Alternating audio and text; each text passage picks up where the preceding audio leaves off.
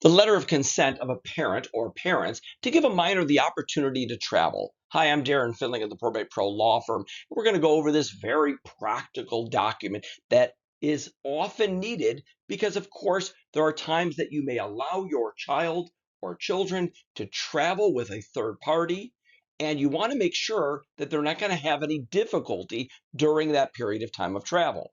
Now, what makes this very unique is there is no form and there is no one rule from state to state, or if you're traveling internationally, about how to handle this situation. So this particular language that we're going to go over is really just template guided language. You can bolster the language, add additional language to strengthen it, to ensure that if you're traveling overseas to a particular destination, you should, of course, find out what the consulate office or embassy is requiring or suggesting for that particular language to be included.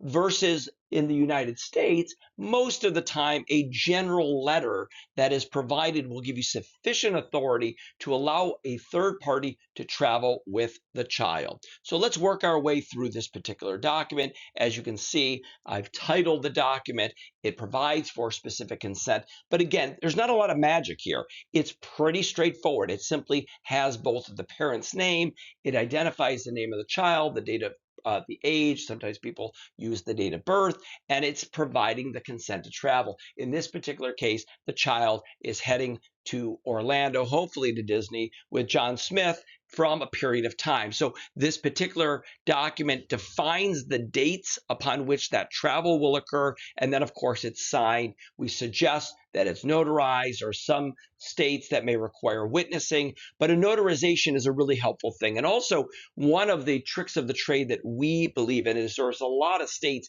in which the notary doesn't have an embossed seal, and that lack of a requirement can cause problems when you're traveling to other places in which the embossed seal is a requirement. So the more you make the document look official, the better. So even though your state may not require an embossed seal for your notarization, or maybe it doesn't even require a notarization, we strongly urge you to overdo it. Put witnesses, put notarization, maybe a seal, so that when you're traveling overseas or to a new location, that document can be useful. So really, there's more to this, because there may be rules within, if the parents, of course, are divorced or not together, and there's a custody order. There are rules about not just a third party traveling, but even the non-custodial parent having the authority to travel, or the non-legal custodial parent having the authority to travel. So it's really important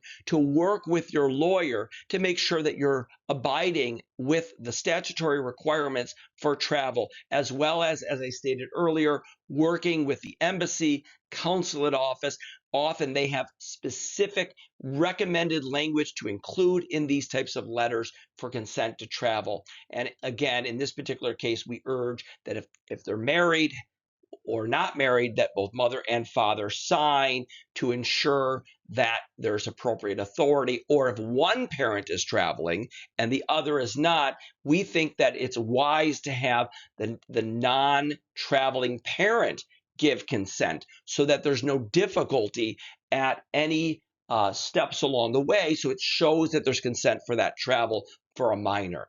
If you've got any questions about this document or any probate or trust or planning related issues, visit us at theprobatepro.com or call us at 833-PROBATE.